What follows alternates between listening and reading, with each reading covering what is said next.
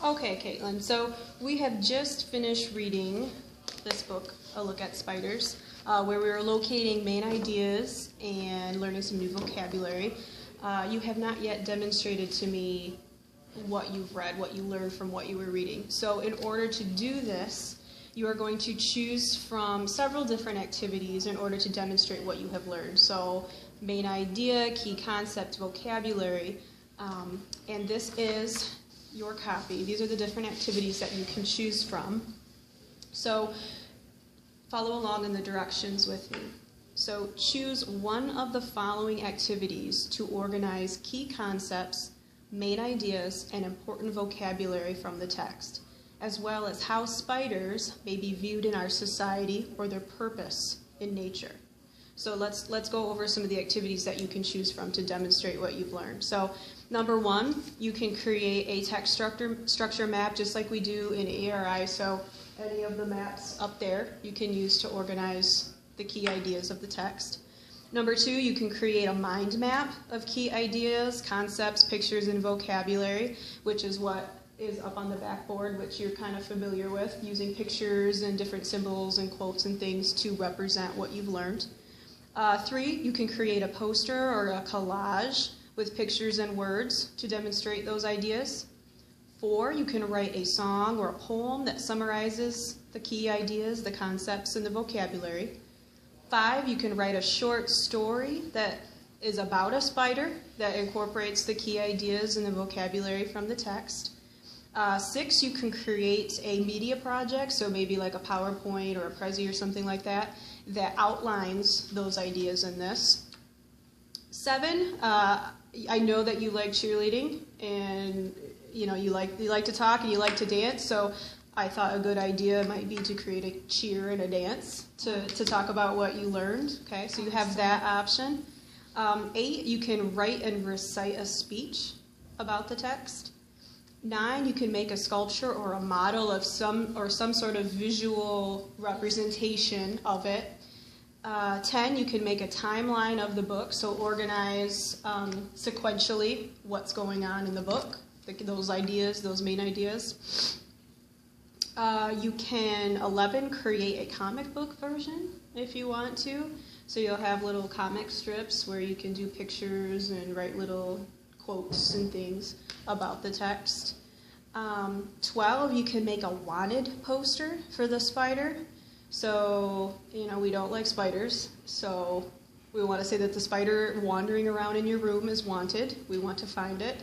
And so what are some things about that spider that you would want to put on the wanted poster to try to catch that spider? 13, you could create a crossword puzzle or a word search that incorporates those key ideas and main ideas and vocabulary. You can create a board game, okay, where it uses those same ideas. You could create little puzzle pieces and to use across the board and question cards and those kinds of things.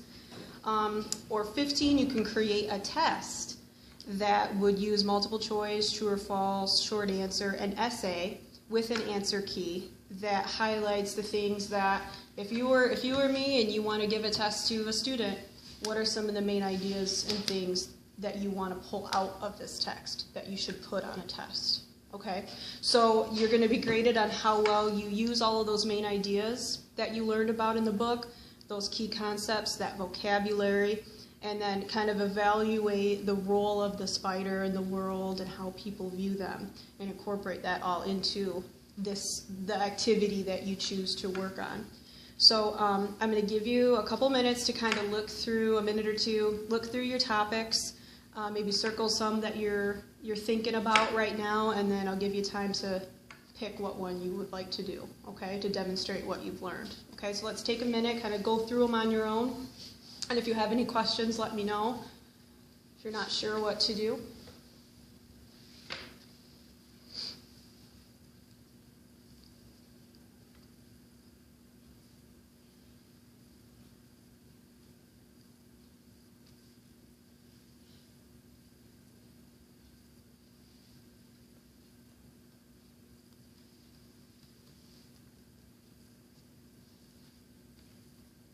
Okay, so I see you got some circled. What one in particular do you think you're leaning towards? What sounds interesting to you? Number 3, so creating a poster and collage with pictures and words. What about that assignment? Could you tell me, why is it interesting to you? Why would you choose that activity?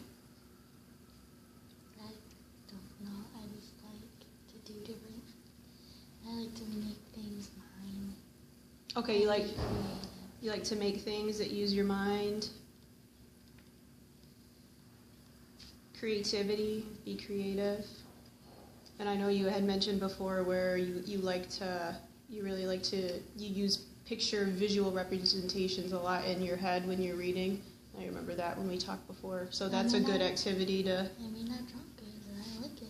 You may not draw well, but you like it. That's good. And so with this poster, this collage that uses pictures and words, you can either choose to draw, or you can choose. We've got a printer in here, so you can find some pictures that match these spiders. So maybe you could look through the book and. Okay, we're talking about a tarantula here. So you're going to want to find a picture of a tarantula or draw a picture of a tarantula and use those main ideas that fit with that picture that you're using. So again, with this activity, you're going to demonstrate to me all of the main ideas, the vocabulary, the concepts, the key things that you've learned so far. Okay, and so that's going to show me how well you've retained what you read, okay, and what you learned. So let's pause this here. I'm going to give you some time just to get started with it, and then we'll come back, okay?